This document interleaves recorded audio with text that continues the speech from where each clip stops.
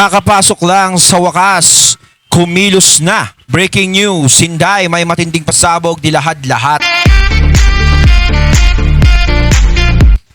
Ayan, syempre itong balitang ating matutunghayan ngayon ay nagbula kay Balitang Pinoy TV. At ito po ang inyong lingkod na si BT na magbibigay ng reaksyon at komento dito sa video na ating matutunghayan ngayon.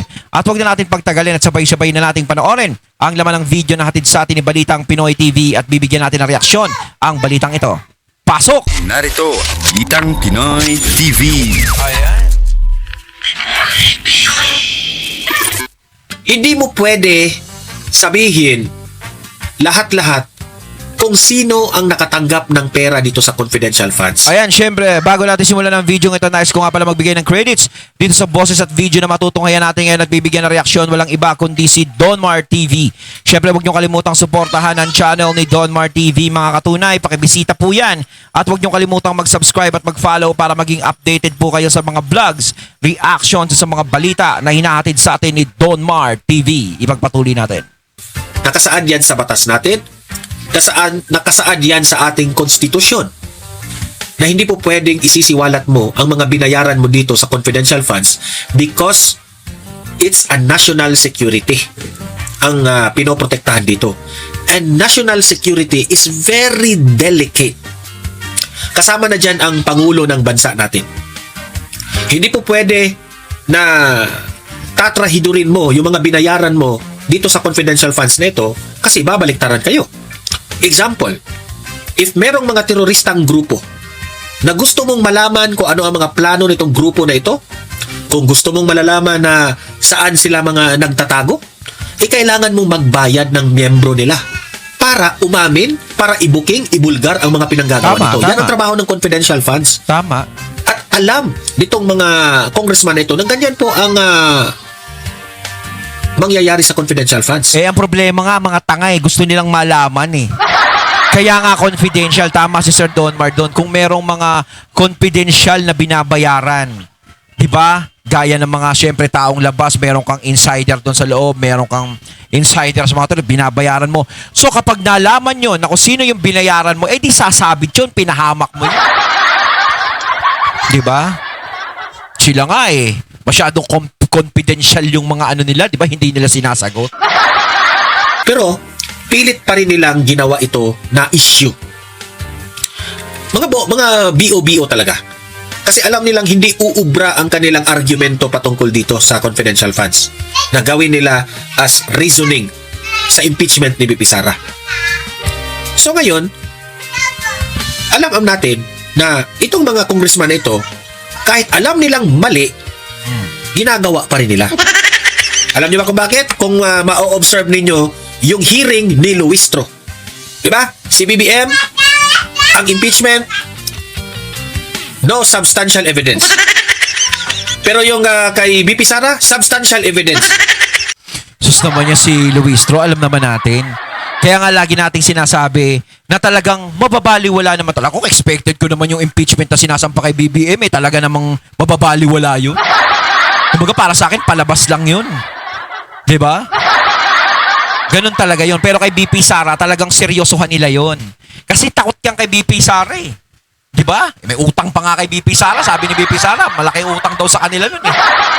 Ikaw nga, kung may utang ka sa isang tao, dapat nahihiya ka eh. Ang problema, ikaw pa yung nagmamalaki. Diba? Oh, siya pa yung nagmamalaki. Gusto niya pang impeach si BP Sara. Eh kung ganyan-ganyan, bago siya magmalaki, doon kay BP Sara, bayaran niya muna yung utang doon sa asawa ni BP Sara. Diba? Dapat ganun. Kasi binabanatan mo si BP Sara, nagmamalaki kay BP Sara eh. Tirya ka ng tirya eh. Oh, eh paano naman yung tangots mo? Oh, kailangan pag may utang ka, ikaw na yumuko. Ikaw na magtago. Hindi yung ikaw pa yung kala mong siga. Oh, diba? Pag hindi ka nakabayad, ikaw pa matapang. Parang baliktad yata. Kasi yung kay Bongbong Marcos, it involves flood control corruption. At alam natin kung ano ang epekto ng flood control corruption. Ang daming ebidensya. Ang daming mga proyekto ghost projects at mga hindi natapos mismo sa kanilang lugar ha. Ebidensya yun. Mga hindi natapos na proyekto na sinasubstandard. Wala, Sir Donmar, talagang hindi nila papansinin yan. 'Di ba? Isang malaking palabas lang yung impeachment na yan kay BBM. Ako expected ko na talaga yan. Mawawala ng kwenta yan. Kahit na ano pa o gaano mang kalakas ang ebidensya na magtuturo, is talagang hindi nila papansinin yan. Yun ang pinaka nakakalungkot na resulta. Pero anong nangyari? Wala. Binasura nila ang impeachment ni Bongbong Marcos. Na dapat sana yun ang pagkakataon para ipaliwanag ni BBM. Pero itong kay BP Sara, na malabo ang mga ebidensya at ang kanilang reasoning, yun pa yung tinuloy nila na impeachment. Isa lang ang brave doon, si Suntay lang. The rest of the 54 congressmen, mga walang bayag.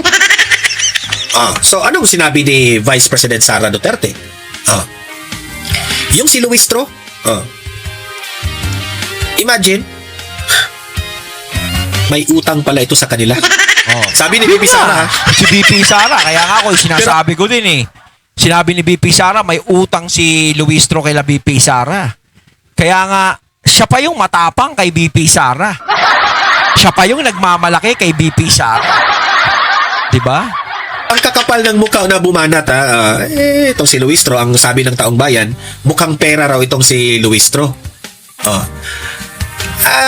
Dahil kay speaker, merong AX dahil kay speaker. Di pera-pera. Luistro. Wala na. Ito ha. Pakinggan natin si Yun nga isang member ng Committee of Justice, may utang yan na 8 million sa asawa ko. Pero matindi, no? May utang na, nag-aakusa pa. Diba? Kapal ng mukha, diba? So, yun ang sabi ni VP Sara, ha? Oo, and speaking of that, VP, posible na ma-impeach kayo ulit sa Kongreso.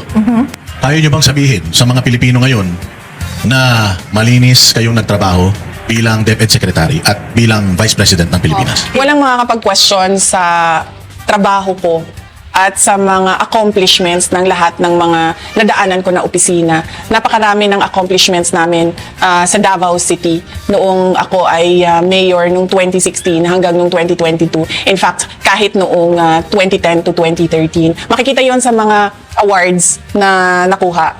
More than 200 awards and recognition ang nakuha ng Davao City sa mga projects and programs na ginawa namin doon sa Davao City. Umalis ako, bumaba ako bilang mayor na number 8 richest kami, number 4 most competitive kami, insurgency free kami, debt free kami, walang utang na iniwan. So, wala makakapagsabi. Hindi katulad ng mga ibang lugar dyan, di ba? Sa totoo lang talaga, may mga nakakausap ako mga taga Davao na talagang maganda raw dyan sa Davao. Napanatiling maayos ng mga Duterte ang Davao. Di ba? Hindi katulad ng ibang mga lugar na hawak-hawak ng mga ano dyan, yung mga distrito nila. Kamusta naman ba? Ano ba? Umuunlad ba? Di ba? Masyado nilang niyuyurakan yung taong gumagawa ng tama. Pero yung mga gumagawa ng mali, masyadong nagpapabida. Di ba?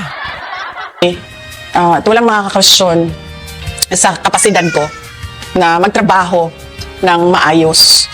Kahit sa Department of Education. Kitang-kita naman natin, di ba, kung paano mahalin si BP Sara ng mga taga Davao, yung mga Duterte. Kasi kung pangit ang ginawa ng mga Duterte sa Davao, matagal nang pinaalis sa Davao yan, matagal nang sinuka sa Davao yung mga Duterte. Lalong-lalo na tong panahon ngayon, na talagang ang mga Duterte ay nasa ilalim ngayon.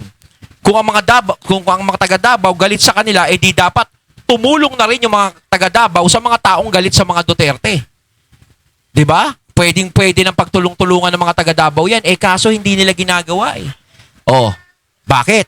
Huwag nyo sabihing natatakot sila. Wala nang panahon ngayon para matakot sila. Dahil kung tutuusin, 'di ba? Iba na ngayon ang administrasyon. Iba na ngayon ang maraming galit sa mga Duterte ngayon ng mga nakaupo. Dahil hindi sila makaporma. May pagkakataon yung mga taga Davao para makaganti sa kanila kung pangit talaga yung ginawa nila. Ang problema, wala naman talaga silang ginawa eh. Hindi nagrereklamo yung mga taga Davao sa kanila. Hindi sila kinakalaban ng mga taga Davao. Sinusuportahan sila ng mga taga Davao. Ganun pa rin, walang nagbabago. Kung ano yung pakikitungo sa mga Duterte, ganun pa rin yung pakikitungo ng mga taga Davao. Diba? So, ibig sabihin, talagang maganda yung ginawa nila sa Davao. Hindi naman tanga-tanga yung mga taga Davao, hindi naman sila bulag para hindi nila makita kung mali yung ginagawa ng mga Duterte sa lugar nila. Siguradong nakikita nila na talagang maganda yung ginawa ng mga Duterte, yung resulta ng ginawa ng mga Duterte sa lugar nila. 'Di ba? Meron kaming matatag agenda. Mabilis namin na nagawa yung pag-roll out ng curriculum. Napabalik namin ang mga bata. Isang araw lang from modular, no classes, balik kayo lahat sa paaralan. Meron kaming basic education report taon-taon. Sinasabi namin sa mga taong bayan kung ano yung nagawa na, ano yung hindi pa nagawa, at bakit hindi pa nagawa. Sa Office of the Vice President, makikita ninyo, konti na lang yung projects namin, 10 na lang yung projects namin doon dahil tinanggal nga yung budget namin. Pero nakikita nyo yung accomplishments namin. Nakikita nyo yung unmodified opinion ng Commission on Audit. Every year, naglalabas kami ng accomplishment report. Every year, naglalabas kami ng pasidungog. Sinasabi namin doon ano bang nagawa ng Office of the Vice President. So wala talaga silang lusot dito kung Kasi sa totoo lang talaga, kahit yung mga teachers naman hindi naman nagre-reklamo no si BP Sara pa yung nasa DepEd 'Di ba? Ang nagre-reklamo lang yung nakapwesto 'Di ba? Talagang pilit nilang dinudumihan kasi gumagawa lang talaga sila ng usap o gumagawa ng mga ganyan para talagang si BP Sara yung lumabas na masama. gagawa ninyo Para ng magsasabihin sinungalingan, na kulang istorya na corrupt si BP Sara. Kasi lahat, halos nga siguro araw-araw, meron pong accomplishment report. Ganyan po ka-organize si Vice President Sara. Pero si BBM, anong gagawin natin? Isa sa Uy, mga reporter na ngayon yun. pinaka proud and honored ako na kasi lagi ako sa trabaho, sinasali ko talaga yung mga kasama ko Kasi ako lang naman yung nag-iisip at nagsasabi, ito ang gawin. Lahat nung kailangan gawin sa baba, kasama ko sa opisina yung gumagawa nun. Proud ako sa accomplishment nila na nagawa nila yung Disaster Operations Center. Wala yun sa kahit anong dating opisina ng Office of the Vice President.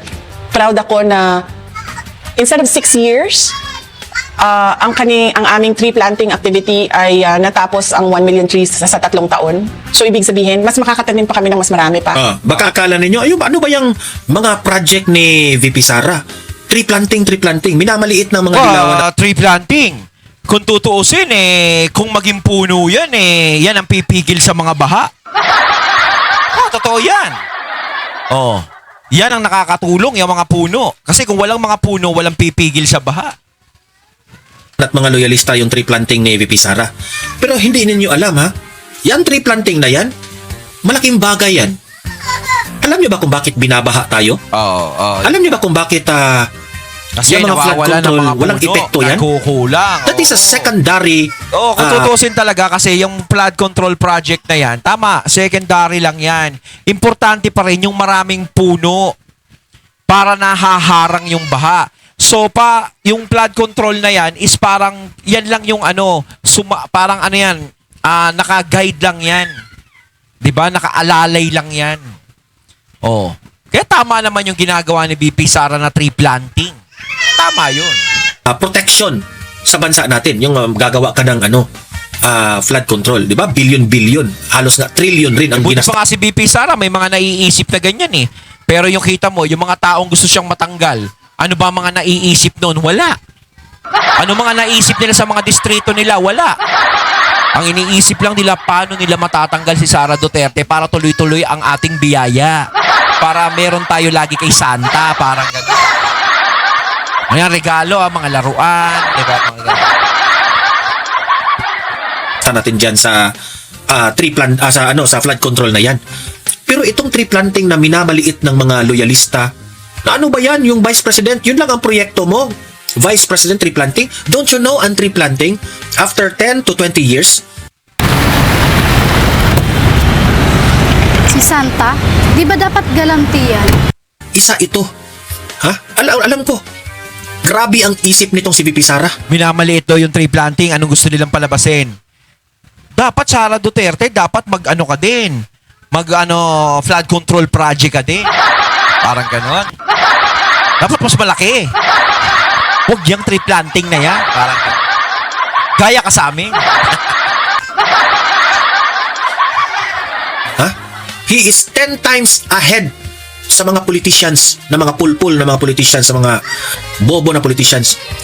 After 10 to 20 years, malaking tulong po ang tree planting na yan kapag yung mga Yes. itinanim nilang mga puno.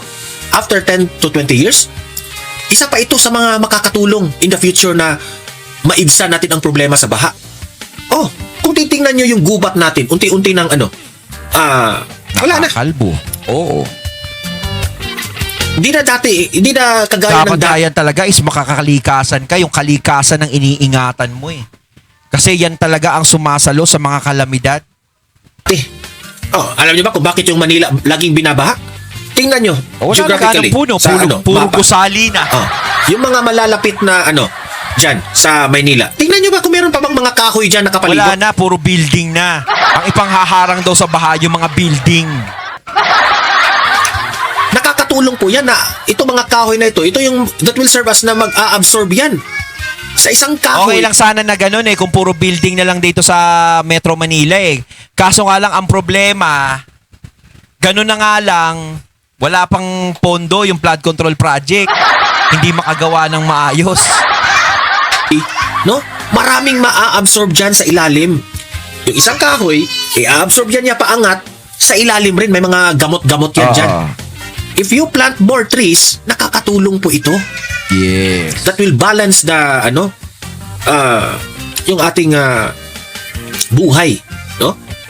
Hindi nila inisip ito. Ang alam ko lang na gumagawa nitong tree planting na ito, si Pastor Apollo Kibuloy at itong si Vice President Sara Duterte. Si Bongbong Marcos, wala. Ayaw daw nila niya kasi maliitan. Oh, ito yung mga bright na mga politician. Buto-buto lang naman yan Ayaw namin yan. Hindi milyones yan. Hindi bilyon yan. Buto-buto. Kaya ayaw nila sa proyekto ni BP Sara, pinagtatawanan nila. Kasi mga pangmalakihan sila Mga pang bulto-bulto, pang mali-maleta. Politicians, bright na leader, Pastor Apollo, itong si VP Sara, yun yung mga bright. Classic na solusyon dito sa baha. Oh. Bumabalik sa atin yung kalikasan Kasi sinira natin Di ba? Yun yung basic nating natutunan sa eskwelahan. Kapag sisirain mo yung kalikasan, ibabalik sa atin yung baha. Tama. Pero si BBM, party lang sa Kaya kapag Malacanang. nagtapon ka sa kalsada ng basura, pag nagbabalik sa bahay mo Party lang. Proud ako na inakyat nila yung mga bundok para pumunta sa mga barangay kung saan yung mga bata walang mga school supplies. At ito yung mga sinasabi ko highly vulnerable sa recruitment sa illegal o kung hindi man, hindi natatapos yung pag-aaral. So, napakarami ng accomplishments namin. Walang makaka-question sa trabaho ko at sa kapasidad namin ng team sa Office of the Vice President na magbigay ng maayos na programa at proyekto para sa taong bayan. Ang taong bayan hindi kino-question si BP Sara. Ang kumo-question sa kanya, yung mga bayaran, yung mga nakapwesto na gusto siyang tanggalin, yung mga nakapwesto na natatakot na siya ay maging presidente, yung mga nakapwesto na nakikinabang, yun ang mga natatakot. 'Di ba? At yan ay bawas pa ang budget ng opisina. Sanay ako sa kulang ang budget. Dahil dati noon sa Davao City, kulang yung budget lagi, no? Sobrang dami ng kailangan mo gawin para sa syudad. Sobrang kulang lagi yung budget. Pero nasa kasi yan maayos na pagbalanse noong mga kailangan mo gawin at pagbayad ng obligasyon mo. Yan kay BP Sara, okay lang kahit kulang. Pero dun sa iba, naku, hindi pa pwede sa kanila yan. Kailangan, kung may sobra, kailangan meron. O yan, buti pa si BP Sara. O, kahit kulang, nagagawa ng paraan. Pagdating naman sa Department of Education, makikita nyo, never before nagkaroon ng unmodified opinion ang Department of Education at nagawa namin yun. At kahit kulang yung, lalo na sa Department of Education, sobrang kulang sa sobrang dami ng problema sa loob ng basic education sector natin, nagawa namin na mag-prioritize kung saan gagamitin yung pera para meron tayong nakikitang pagbabago sa basic education sector natin. So ready na ba ang VP Sara Duterte naharapin itong posibleng Akala ko ready mag-president. Ayun. Dito muna tayo. Akala ko ready sa impeachment. Ready sa impeachment. Okay. Ready sa impeachment. Ready ka na ba sa impeachment kung sakaling pumunta yan dyan sa Senado? May tiwala ako sa paghahanda at kapasidad ng mga abogado, yung kaparte ng defense team sa impeachment case ko. Malaki ang tiwala ko sa kanila. Ayan. At malaki ang tiwala ko sa kapasidad nila. Mga magagaling sila na abogado. Ayun. Tama. Sa Department of Education, kung kayo nasa Department of Education pa at walang nangyaring hocus-pocus, sa tingin ninyo, gano'n nakalaki yung improvement sana? Kung kayo pa rin. Hypothetical ito, no? Palagay ko, kung ano yung nasa matatag agenda, nakasulat doon kung ano yung prioridad ng Department of Education. Palagay ko, 3 years na ngayon, no? Meron ng mga na-accomplish doon at nagawa na doon in 3 years. So, hindi ko lang masabi Yun, importante ngayon doon. Meron exactly nagawa. Oo. kung saang parte sa matatag agenda yun doon kasi nagbabase din tayo sa budget taon-taon. Pero napakahalaga kasi nung may sinusundan yung isang organization tulad sa amin sa Department of Education, yun yung agenda na yon na kayang-kaya siyang gawin in 6 years. Kasi sabi ko nga, kulang yung budget, kulang yung resources, kailangan mo mag-prioritize. So, kapag nagpa-prioritize ka, nagagamit mo maayos yung pera. Oo. Tama. Isa ito sa ipaprioritize mo kung papalarin na maging presidente ka. Hindi ka ma-impeach, ha? Isa ito sa itutuloy mo pagka naging presidente ka. Oh yes, oo. Napakahalaga na ayusin natin yung basic education sector natin. Tama. Kasi ito yung foundation Tama. ng mga future professionals, future government employees, future Tama. banatbay, future boss dada. Ito yung foundation. Future BT. Hindi, dapat talaga yung edukasyon niya ng talagang pag-igtingin. Diba, maraming kabataan ang kailangan mag-aral. Hindi yung puro bulakbol, puro kalokohan, tapos puro nang bubugbog. Nakikita mo nga ngayon, no? Yung mga estudyante ngayon, kala mo mga siga-siga na. Nagiging masyado na silang marahas. Oh. Kaya pag si BP Sara ang naging presidente sa 2028, malamang magbago na ang timpla ng takbo natin. Sigurado. Yung kindergarten to grade 12. Ito yung nagmo-mold ng future citizens ng Pilipinas. So, dapat talagang ayusin siya. At dapat mabilis yung pagbabago sa loob ng Department of Education. Kasi, napapag-iwanan tayo ng mga kapitbahay ng mga bansa. Tama. Alam nyo, noong nasa Department of Education ako, sinasabi ko na lagi alam nyo, we should learn from the COVID-19 pandemic. Nakikita natin na yung classroom, hindi lang siya ang lugar kung saan pwede matuto ang isang tao. Yes. Maraming paraan na pwede mag-aral at matuto ang isang tao. So, Yes. hindi natin kailangan ipasok ang mga bata sa classroom araw-araw. Kasi hanggang ngayon, yung mindset ng mga tao, ng gobyerno, nandun pa rin sa paggawa ng classroom. Wala sila doon sa mindset na paano ba itong bata na ito matuto. Kasi yung O kahit mindset sabihin kasi napasok sila ng pasok sa school, pero wala namang laman ng utak, no? Parang wala pa rin sila, hindi nila iniisip o hindi talaga nila inaano yung pinag-aaralan. Wala pa rin mangyayari. Diba? Tama si BP Sara doon, may punto. natin, nandoon pa tayo sa mindset ng 1940s. Kailangan pumasok ng bata sa classroom, umupo doon at makinig sa teacher. Hindi na kasi ganun ngayon eh. Sa dami-dami ng technological advances, sa dami ng innovation na pwede mong i-apply sa basic education, hindi ka na nakakahon doon sa kailangan ko mag-construct ng classroom. Diba? Kasi anuhin ba natin yung classroom kung yung bata na nakaupo doon ay hindi natututo? Oo. At yung Hindi naman niya sinasaulo kung ano yung nakikita niya, di ba? Kung naririnig niya. Oh. teacher na nagtuturo doon ay hindi marunong magturo. Yun. At yung teacher na marunong magturo, walang kwenta yung kanyang curriculum, yung tinuturo niya sa bata. Yun. Di ba? Tapos nandun tayo sa semento at bakal ng classroom na ito. Ang mahalaga sa edukasyon ay yung natututo Tama. yung bata. Tama. Hindi yung kung saan siya nakaupo Doon lang siya. araw-araw. magandang idea ni Ma'am, ano? Dahil ngayon nga talagang mas marami pa ang matututo. Kasi Oo, yun limitado ang nga importante naman yung doon, yung eskwelahan. mas Last marami talagang matututo. May konti lang ang matuturuan. Pero pagka in technology, ano talaga sa edukasyon, mas marami po ang makikinabang na maturuan. Yes, tama. Oo, kasi Maganda napapansin ko din, no? Parang, ano ba?